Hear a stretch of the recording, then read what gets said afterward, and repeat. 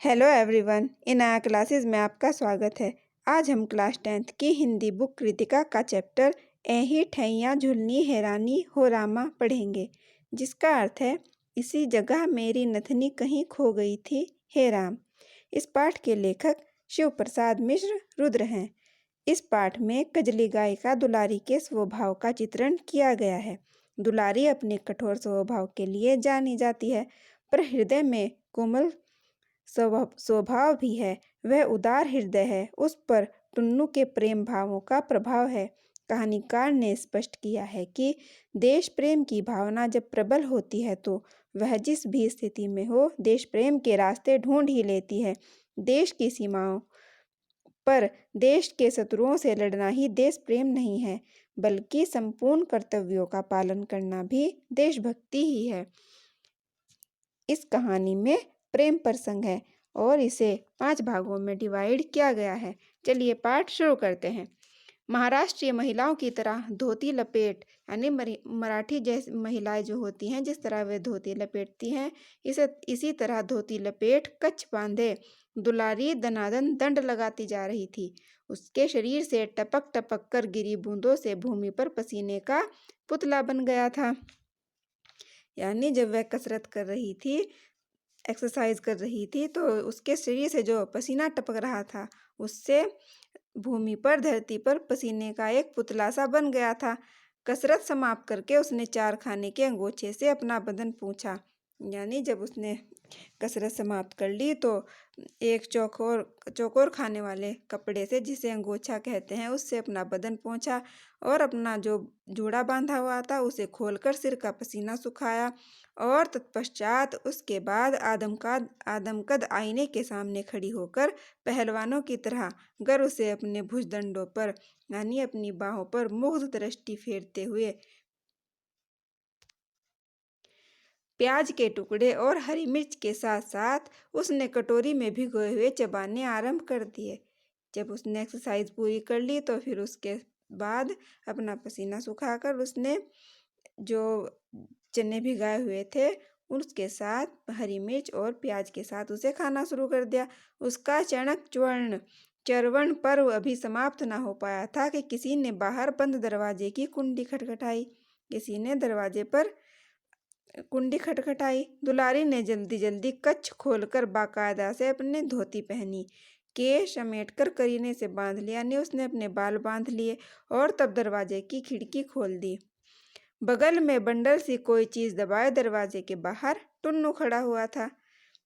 उसकी दृष्टि शर्मीली थी और उसके पतले होंठों पर झेप भरी फीकी मुस्कुराहट थी।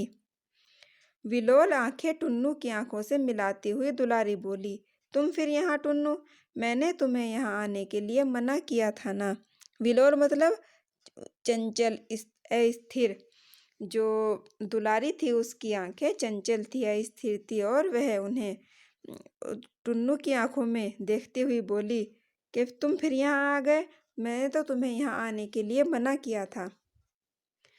टुन्नू की मुस्कुराहट उसके होठों में ही विलीन हो गई। यानी जब दुलारी ने उससे इस तरह से बात की तो टुन्नू जो मुस्कुरा रहा था उसकी मुस्कुराहट होठों में ही दब गई। उसने गिरे मन से उत्तर दिया, बिल्कुल बेमन से उत्तर दिया, साल भर का त्योहार था इसलिए मैंने सोचा कि। ये कहते हुए उसने बगल में जो उसने बंडल दबाया हुआ था उसे निकालकर दुलारी के हाथों में दे दिया।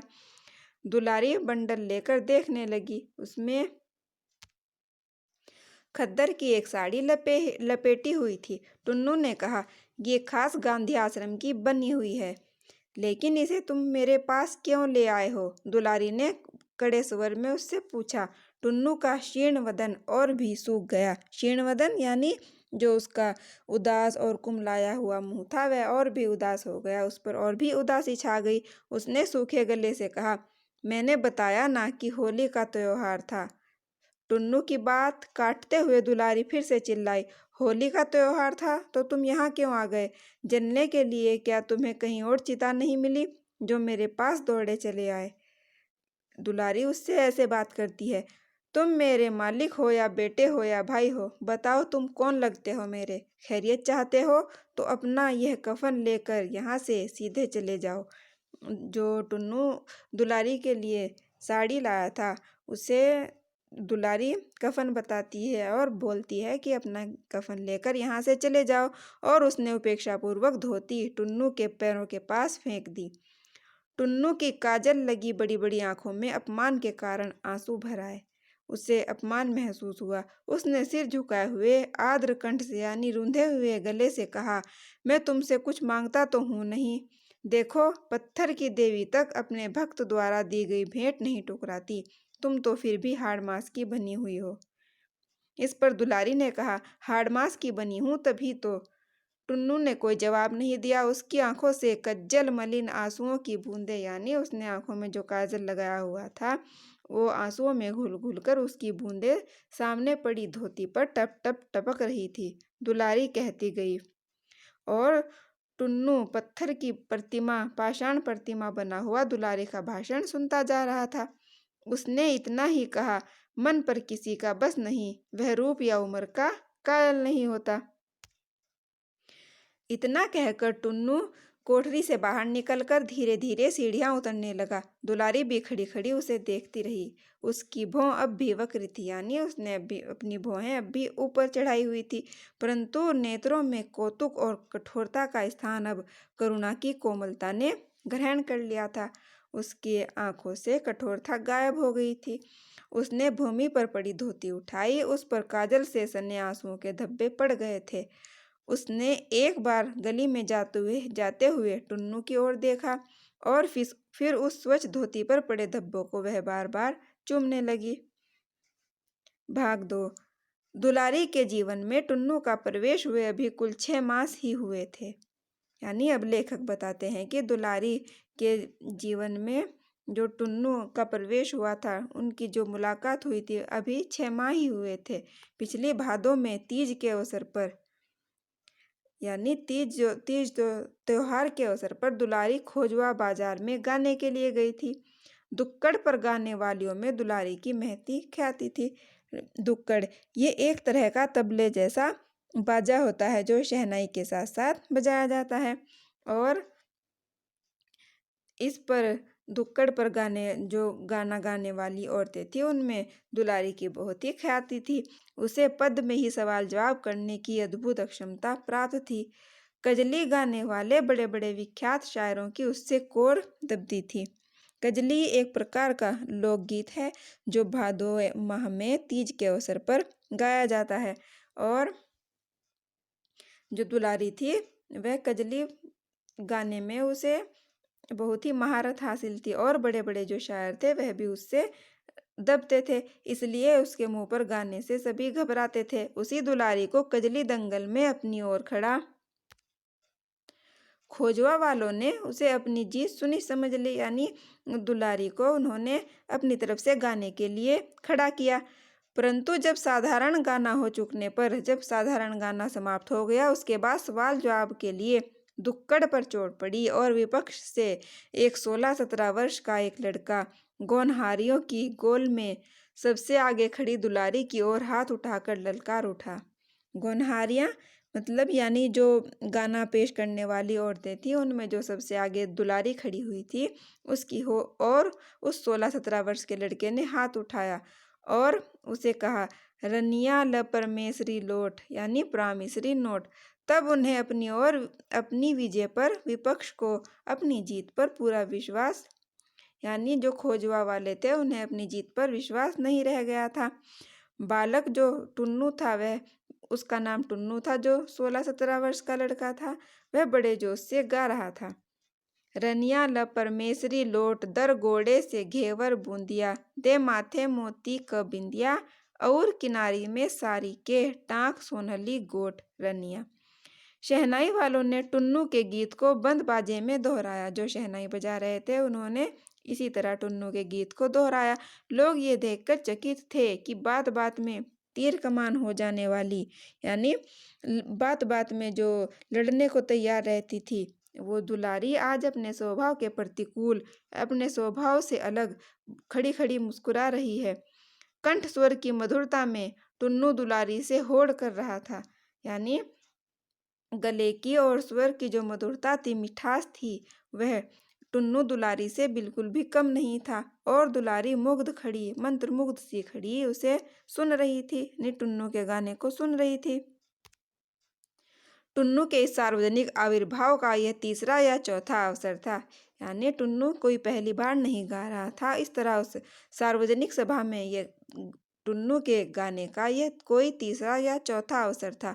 उसके पिता घाट पर बैठकर और कच्चे महाल के 10-5 घर यजमानी में सत्यनारायण की कथा से लेकर श्राद्ध और विवाह तक कराकर अपनी कठिनाई से अपनी गृहस्थी की नौका खे रहे थे, यानी अपनी गृहस्थी चला रहे थे। परंतु पुत्र को आवारों की संगति में शायरी का चस्का लग गया। उनका पुत्र था जो टुन्नू, से शायरी का चस्का लग गया। उसने भोरो हेला को अपना उस्ताद बनाया। जो टुन्नू के उस्ताद का नाम भोरो हेला था और शीघ्र ही सुंदर कजली रचना करने लगा। वह पद्यात्मक प्रश्नोत्तरी में भी कुशल था और अपनी इसी विशेषता के बल पर वह बजरडीहा वालों की ओर से बुलाया गया था। उसकी शायरी पर बजरडीहा वालों ने वाह वाह का शोर मचाकर सिर पर आकाश उठा लिया। तो फिर उसकी शायरी सुनकर जो खोजवा वाले थे, जिन्होंने दुलारी को अपनी तरफ से गाने के लिए रखा हुआ था, उनका रंग उतर गया। रंग उतर गया मतलब उनकी रौनक घट गई। उनका जो विश्वास था कि जीतने का, वो कम हो गया। टुन्नू का गीत भी समाप्त हो गया। फिर दुक्कड़ पर चोट पड़ी, शहनाई का मधुर स्वर गूंजा। अब दुलारी की बारी आई। उसने अपनी दृष्टि मद विवर बनाते हुए टुन्नू के दुबले पतले परंतु गोरे चेहरे को भर आंख देखा। उसके कंठ से छल छल करता स्वर सोता फूटा। यानी अब दुलारी गाने लगी। कोढ़ियल मुहवे लेब व कोट तोप तोर बाप त घाट अगोड़लन। कौड़ी कौड़ी जोर बटोरलन, तय सर बउला बोल जिंदगी में कब देख ले लोट कोढ़ियल। यानी वह टुन्नू को कह रही है कि तुमने जिंदगी में नोट देखे भी हैं या नहीं। अब बजरडीहा वालों के चेहरे हरे हो चले। वे वाह वाही देते और सुनने लगे। दुलारी गा रही थी और वे वाह वाह कर रहे थे। तुझे लोग आदमी व्यर्थ समझते हैं, तू तो वास्तव में बगुला है, बगुला भगत है। बगुले के पर जैसा ही तेरे शरीर का अंग है, वैसे तू बगुला भगत भी है। उसी की तरह तुझे भी हंस की चाल चलने का हौसला हुआ है, परंतु कभी न कभी तेरे गले में मछली का कांटा जरूर अटकेगा और उसी दिन तेरी कलाई खुल जाएगी। इसके जवाब में फिर टुन्नू ने गाया। इस पर सुंदर के मालिक फेंकू सरदार लाठी लेकर टुन्नू को मारने के लिए दौड़े। यानी जब फिर टुन्नू गाने लगा तो जो सरदार थे फेंकू सरदार, वे टुन्नू को मारने लगे। दुलारी ने टुन्नू की रक्षा की। दुलारी ने फेंकू सरदार से टुन्नू की रक्षा की। यही लेखक कहते हैं कि यही दोनों का प्रथम परिचय था। उस दिन लोगों के बहुत कहने पर भी दोनों में से किसी ने भी गाना स्वीकार नहीं किया। मजलिस बदमजा हो गई। यानी सब लोग मायूस हो गए और मजलिस बदमजा हो गई, फीकी हो गई। भाग नंबर 3 इस प्रकार है। टुन्नू को विदा करने के बाद दुलारी प्रकृतिस्थ हुई तो सहसा उसे ख्याल पड़ा। यानी जब टुन्नू को उसने, जो हमने भाग नंबर 1 में पढ़ा था कि टुन्नू को उसने वापस भेज दिया, उसके जाने के बाद फिर दुलारी प्रकृतिस्थ हुई। यानी उसे ख्याल आया कि आज टुन्नू की वेशभूषा में भारी अंतर था। अबरवा की जगह खद्दर का कुर्ता और लखनवी दोपलिया की जगह गांधी टोपी देखकर दुलारी ने टुन्नू से उसका कारण पूछना चाहा था। अबरवा एक बहुत ही बारीक मलमल का जो कपड़ा होता है, उसकी जगह आज टुन्नू ने खद्दर का कुर्ता पहना हुआ था और लखनवी दोपलिया की जगह गांधी टोपी पहन रखी थी। परंतु जब दुलारी ने उससे पूछना चाहा, लेकिन इसका अवसर ही नहीं आया। उसने धीरे धीरे जाकर अपने कपड़ों का संदूक खोला और उसमें बड़े यत्न से, बड़े प्यार से टुन्नू द्वारा दी गई साड़ी सब कपड़ों के नीचे दबाकर रख दी। उसका चित्त आज चंचल हो उठा था। अपने प्रति टुन्नू के हृदय की दुर्बलता का अनुभव उसने पहली ही मुलाकात में कर लिया था। यानी दुलारी ने टुन्नू के हृदय में अपने लिए प्यार, उसका अनुभव अब बहुत ही पहले कर लिया था, पहली ही मुलाकात में कर लिया था, परंतु उसने उसे भावना की एक लहर मात्र माना था। बीच में भी टुन्नू उसके पास कई बार आया, परंतु कोई विशेष बातचीत नहीं हुई उनकी। इसका कारण था टुन्नू आता घंटे आध घंटे दुलारी के सामने बैठा रहता, पूछने पर भी हृदय की कामना प्रकट ना करता था। जिन दुलारी जब कुछ पूछती थी तो फिर भी वह अपने हृदय के भाव, हृदय की कामना उसके सामने नहीं प्रकट करता था, उससे कुछ भी नहीं कहता था। अत्यंत मनोयोग से दुलारी की बातें सुनता रहता था और फिर धीरे से छाया की तरह खिसक जाता था, वहां से चला जाता था। यौवन के अस्ताचल पर खड़ी दुलारी टुन्नू के इस उन्माद पर मन ही मन हंसती थी, परंतु आज उसे कृशकाय और कच्ची उम्र के पांडुमुख बालक टुन्नू पर करुणा हो आई। यानी पहले तो दुलारी मन ही मन टुन्नू पर हंसती थी, लेकिन आज कृष्टकाय यानी कि जो उसका दुबला पतला शरीर था और उसकी कच्ची उम्र यानी छोटी उम्र पर उसे टुन्नू पर दया आ गई। अब दुलारी को यह समझने में देर न लगी कि उसके शरीर के प्रति टुन्नू के मन में कोई लोभ नहीं है। वह जिस वस्तु पर आसक्त है उसका संबंध शरीर से नहीं आत्मा से है, यानी वह उसकी आत्मा से प्यार करता है, आत्मा से जुड़ा हुआ है। उसने आज यह भी अनुभव किया कि आज तक उसने टुन्नू के प्रति जितनी भी उपेक्षा दिखाई है, जितना भी टुन्नू को अनदेखा किया है, वह सब कृत्रिम था। सच तो यह है कि हृदय के एक निभृत कोने में टुन्नू का आसन दृढ़ता से स्थापित था। यानी दुलारी को ये अनुभव हुआ कि जो वह टुन्नू की उपेक्षा करती है, उसकी अनदेखी करती है, वह सब कृत्रिम है, बनावटी है। और सच बात तो यह है कि उसके हृदय में भी टुन्नू के लिए प्रेम है, फिर भी वह तथ्य यानी यह सच्चाई स्वीकार करने के लिए प्रस्तुत नहीं थी। वह ये सत्य स्वीकार नहीं कर पा रही थी, यह सत्यता का सामना नहीं करना चाहती थी। वह घबरा उठी, विचार की उलझन से बचने लगी। उसने फिर चूल्हा जलाया और खाना बनाने के लिए जुट गई। त्यों ही जैसे ही वह खाना बना रही थी तो धोतियों का एक बंडल लिए फेकू सरदार ने उसकी कोठरी में प्रवेश किया। दुलारी ने धोतियों का बंडल देखकर उधर देखा। फेंकू ने बंडल उसके पैरों के पास रख दिया और कहा, देखो तो कैसी बढ़िया धोतियां हैं। बंडल पर ठोकर जमाते हुए दुलारी ने कहा, यानी दुलारी ने उस बंडल पर ठोकर मारी, तुमने तो होली पर साड़ी देने का वादा किया था। फेंकू सरदार बोला, वह वादा तीज पर पूरा कर दूंगा, आजकल रोजगार बड़ा मंदा पड़ गया है, उसने समझाते हुए कहा। दुलारी फेंकू को उत्तर देना ही चाहती थी कि जलाने के लिए विदेशी वस्त्रों का संग्रह करता हुआ देश के दीवानों का दल भैरवनाथ की संकरी गली में घुसा और भारत जननी तेरी जय हो गीत की ध्वनि से उभय पार्श्व में खड़ी इमारतों की प्रत्येक कोठरी गूंज गई। यानी लेखक कहते हैं कि दुलारी फेंकू सरदार को कोई उत्तर देना ही चाहती थी कि तभी जो देश की आज़ादी के भाग लेने वाले थे वह विदेशी वस्त्रों को की होली जलाने के लिए उन्हें इकट्ठा करने के लिए उन्होंने उस गली में प्रवेश किया। उभय पार्श्व यानी दोनों तरफ में जो इमारतें थी उस गली की, उन वहाँ से प्रत्येक कोठरी गूंज गई। इस नारे से, भारत माँ की जय जयकार से सब कोठरी गूंज गई, इमारतें गूंज गई। एक बड़ी सी चादर फैलाकर चार व्यक्तियों ने उसके चारों कोनों को मजबूती से पकड़ रखा था, यानी चार लोगों ने एक चादर को पकड़े हुए थे। उसी पर खिड़कियों से धोती, साड़ी, कमीज, कुर्ता, टोपी आदि की वर्षा हो रही थी। सब कुछ ना कुछ उस पर फेंक रहे थे। सहसा दुलारी ने भी अपनी खिड़की खोली। अचानक दुलारी ने अपनी खिड़की खोली और मैनचेस्टर तथा लंकाशायर के मिलों की बनी हुई बारीक सूत की मखमली किनारे वाली नई कोरी धोतियों का बंडल जो फेंकू सरदार लाया था वह नीचे फैली चादर पर फेंक दिया।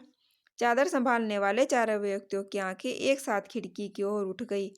कारण था कि अब तक जितने वस्त्रों का भी संग्रह हुआ था वे अधिकांश फटे पुराने ही थे, परंतु यह जो नया बंडल गिरा उसकी धोतियों की अभी तक तह भी नहीं खुली थी। जो चारों व्यक्ति थे जिन्होंने चादर पकड़ी हुई थी तथा उनके साथ जुलूस में शामिल जो और अन्य लोग थे, उनकी आंखें जो बंडल फेंकने वाली की तलाश खिड़की में करने लगी कि किसने ये बंडल फेंका है। तो यूं ही खिड़की पुनः धड़ाके से बंद हो गई। दुलारी ने खिड़की बंद कर ली और जुलूस आगे बढ़ गया। जुलूस में सबसे पीछे जाने वाली खुफिया पुलिस के रिपोर्टर अली सगीर ने भी यह दृश्य देखा। अपनी फराटी मूंछों पर हाथ फेरते हुए सजग नेत्रों से मकान का नंबर दिमाग में नोट कर लिया। इतने में ही ऊपर खिड़की का एक पल्ला फिर खुला और फिर तुरंत बंद हो गया। परंतु इसी बीच अली सगीर ने देख लिया कि किवाड़ दुलारी ने खोला था, यानी जो खुफिया पुलिस का रिपोर्टर था अली सगीर, उसने दुलारी को देख लिया। परंतु इसी बीच और एक पुरुष ने झटके से उसका हाथ किवाड़ के पल्ले पर से हटा दिया और दूसरे हाथ से पल्ला बंद कर दिया। यह सब उसने देख लिया। उस पुरुष की आकृति में पुलिस के मुखबर फेंकू सरदार की उड़ती झलक देख पुलिस रिपोर्टर के रोबीले चेहरे पर मुस्कान की क्षीण रेखा क्षण भर के लिए खिंच गई। यानी उस रिपोर्टर ने फेंकू सरदार को देख लिया, जो वह पुलिस का मुखबर था, रिपोर्टर भी था, और फिर उसके चेहरे पर हल्की मुस्कान फैल गई। उसने तनिक हटकर, यानी थोड़ा सा हटकर, चबूतरे पर बैठे बेनी तमोली के सामने एक दुअन्नी फेंक दी। ये सब पहले, यानी उसने 2 आने उसके सामने फेंक दिए। अब इस कहानी का चौथा भाग पढ़ते हैं। आगे लेखक कहते हैं कि फेंकू सरदार की चौड़ी और पुष्ट पीठ पर शपाशप झाड़ू झाड़ती तथा उसके पीछे पीछे धमाधम सीढ़ी उतरती दुलारी चिल्लाई। यानी उसने फेंकू सरदार पर झाड़ू उसकी पीठ पर मारी और उसके पीछे पीछे वह भी सीढ़ियां उतरती हुई चिल्ला रही थी, निकल निकल अब मेरी देहरी डांका तो दांत से तेरी नाक काट लूंगी। यानी तुम यहाँ से बाहर निकलो, अब अगर मेरी देहरी यानी दहलीज के से इधर आए, डांका मतलब दहलीज लांघी तुमने, तो दांत से तुम्हारी नाक काट लूंगी। उत्कट क्रोध से दुलारी के नथने फूल गए थे। अधर फड़क रहा था, आंखों से ज्वाला सी निकल रही थी। उसकी आंखें मानो आग उगल रही हों। फेंकू के गली में निकलते ही उसने दरवाजा फिर बंद कर लिया। उधर पुलिस रिपोर्टर से आंखें चार होते ही झेंपने के बावजूद लाचार सा होकर फेंकू उसकी ओर बढ़ा और इधर धीरे धीरे दुलारी आंगन में लौट गई। आंगन में खड़ी उसकी संगनियों और पड़ोसियों ने उसकी ओर कौतूहल भरी दृष्टि से देखा। यानी आंगन में जो उसकी पड़ोसी ने संगनिये, यानी जो पड़ोसिने थी वह खड़ी हुई थी, वह उन्होंने उसके और बड़ी ही कौतूहल भरी दृष्टि से देखा, बड़ी ही उत्सुकता से देखा। परंतु दुलारी ने उनकी ओर आंख तक न उठाए, उन्हें नहीं देखा। सीढ़ी चढ़कर उपेक्षा के साथ झाड़ू अपनी कोठरी के द्वार पर फेंकती हुई वह अपनी कोठरी में जा घुसी। चूल्हे पर बटलोही में दाल चुर रही थी, यानी चूल्हे पर उसने दाल चढ़ाई हुई थी। उसने पैर की एक ठोकर से बटलोही उठल दी। उसने पैर की ठोकर दाल की बटलोही पर मार दी और सारी दाल चूल्हे में जा गिरी। फिर आग बुझ गई, परंतु दुलारी के दिल की आग अब भी भट्टी की तरह जल रही थी, यानी उसे बहुत ही क्रोध आ रहा था। पड़ोसिनों ने उसकी कोठरी में आकर वह आग बुझाने के लिए मीठे वचनों की जलधारा गिराना आरंभ किया। फलस्वरूप वह ठंडी भी होने लगी। यानी जो उसकी पड़ोसिनें थी, औरतें थी, उन्होंने आकर उससे मीठे वचन कहने शुरू किए, उससे बातें करनी शुरू की और वह उसका गुस्सा शांत होने लगा। अब दुलारी उन औरतों से बोली कि तुम ही बताओ, क्या कभी टुन्नू को यहाँ आते देखा है? यह तो आधी गंगा में खड़े होकर कह सकते हैं कि टुन्नू कभी नहीं आता। झिंगुर की माँ ने कहा। उनमें से जो एक औरत थी, उसके बेटे का नाम झिंगुर था, उसने कहा, उसकी माँ ने कहा कि ये तो हम गंगा में भी खड़े होकर कह सकते हैं कि टुन्नू यहाँ कभी नहीं आता। वह यह बात बिल्कुल भूल गई थी कि उसने कुल 2 घंटा पहले टुन्नू को दुलारी की कोठरी से निकलते देखा था। झिंगुर की माँ की बात सुनकर अन्य स्त्रियां होठों में मुस्कुराई।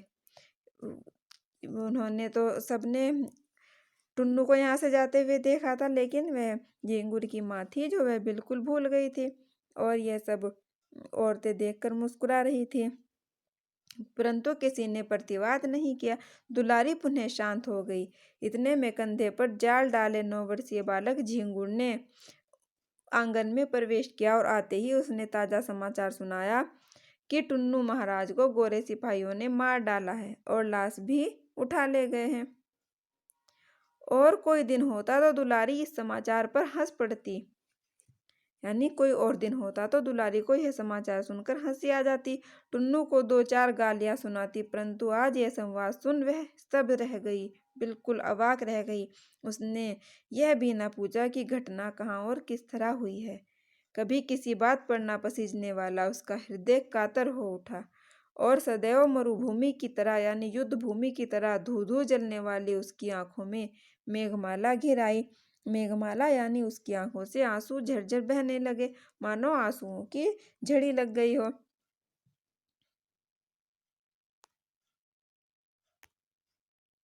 उसने पड़ोसिनों की निगाह से अपनी आंसुओं को छिपाने का भी कोई प्रयत्न नहीं किया। पड़ोसिनों ने भी कर्कशा दुलारी के हृदय की यह कोमलता देख दंग रह गई, यानी जो पड़ोसी ने औरतें थी वह भी दुलारी के इस रूप को देखकर, इस कोमल हृदय वाली दुलारी को देखकर दंग रह गई। उन्होंने दुलारी के इस आचरण को बार वनिता सुलभ अभिनय मात्र समझा, यानी वह इसे एक अभिनय समझ रही थी। बिट्टो ने, उनमें से एक औरत बिट्टो ने दिल लगी भी की, मजाक भी किया। मुझे लुका छिपी फूटी आंख नहीं सुहाती, मैंने तो आज तक जो भी किया सब डंके की चोट पर। दुलारी ने उसकी बात सुनकर कहा। वह उठी और सबके सामने संदूक खोल उसमें से टुन्नू की दी हुई आंसुओं के काले धब्बों से भरी खद्दर की धोती निकाल कर पहन ली। उसने झिंगुर को बुलाकर पूछा, टुन्नू कहाँ मारा गया, यानी जो लड़का टुन्नू की मौत का समाचार लाया था उसे बुलाकर पूछा कि टुन्नू को कहाँ मारा है। झिंगुर ने बताया, टाउन हॉल। और जब वह टाउन हॉल जाने के लिए घर से बाहर निकली तो दरवाजे पर ही थाने के मुंशी के साथ फेंकू सरदार ने आकर कहा कि दुलारी को थाने जाना होगा, आज अमन सभा द्वारा आयोजित समारोह में उसे गाना पड़ेगा। इस कहानी का 5वां और अंतिम भाग इस प्रकार है। रिपोर्टर की कॉपी मेज पर पटकते हुए प्रधान संवाददाता यानी मेन संवाददाता ने अपने सहकर्मी को डांटा। शर्मा जी, आप तो अखबार की रिपोर्टरी छोड़कर चाय की दुकान खोल लेते तो अच्छा होता। संवाद संग्रह तो आपके बूते की बात ही नहीं रही। भयभीत शर्मा जी, यह सुनकर जो शर्मा जी थे वह भयभीत हो गए और उन्होंने गड्ढे की कौड़ी खेलती हुई अपनी आंखों से चश्मा उतारकर उसे कुर्ते से पोंछते हुए पूछा, क्यों, क्या हुआ? प्रधान संवाददाता ने खींच कर कहा, यह जो आप पन्ने पर पन्ना अलिफ लैला की कहानी से रंग लाए हैं वह कहाँ छपेगा और इसे कौन छापेगा? इस पर भी आपने कुछ विचार किया है? आपने जो लिखा है उसका आपके सिवा कोई और भी गवाह है, यानी जो आपने लिखा है आपके सिवा उसे कोई और भी जानता है। आज आपकी रिपोर्ट छाप दूं तो कल ही अखबार बंद हो जाए, ऐसा उन्होंने संपादक जी ने प्रधान संवाददाता ने कहा। संपादक जी, बड़े घर पहुंचा दिए जाएं। अपने संबंध में वार्ता होती सुनकर संपादक जी भी सजग हो गए, यानी जब उन्होंने अपना नाम सुना तो वह भी सजग हो गए। उन्होंने पूछा, क्या बात है? यही शर्मा जी की रिपोर्टिंग पर झक मार रहा हूँ, प्रधान संवाददाता ने कहा। पढ़िए, संपादक ने आदेश दिया।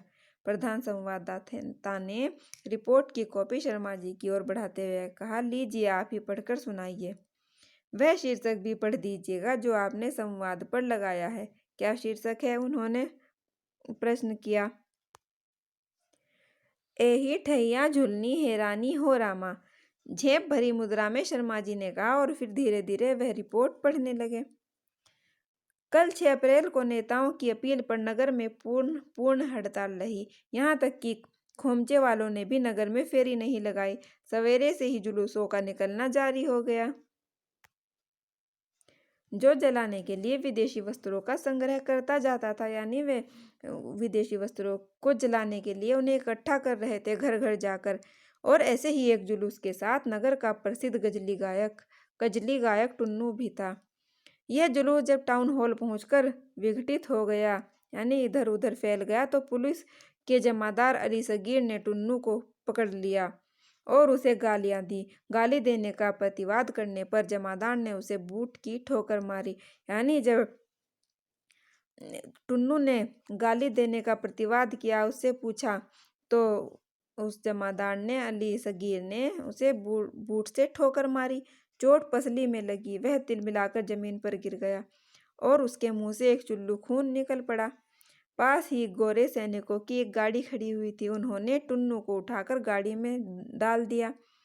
लोगों से कहा गया कि अस्पताल ले जा रहे हैं, परंतु हमारे संवाददाता ने गाड़ी का पीछा करके पता लगाया, यानी जो टुन्नू को अस्पताल ले जा रहे थे उस गाड़ी का पीछा किया और पता लगाया कि वास्तव में टुन्नू तो मर गया है। रात के 8 बजे टुन्नू का शव वरुणा में प्रवाहित किए जाते भी हमारे संवाददाता यानी रिपोर्टर ने देखा है। इस सिलसिले में यह भी उल्लेख है कि टुन्नू का दुलारी नामी गोनहारिन यानी गाने वाली से भी संबंध था। कल शाम अमन सभा द्वारा टाउन हॉल में आयोजित समारोह में भी, जिसमें जनता का एक भी प्रतिनिधि उपस्थित नहीं था, दुलारी को नचाया और गवाया गया था।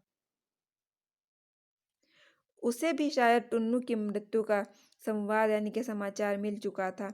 वह भी बहुत उदास थी और उसने खद्दर की एक साधारण सी धोती मात्र पहन रखी थी। सुना जाता है कि उसे पुलिस जबरदस्ती ले आई थी।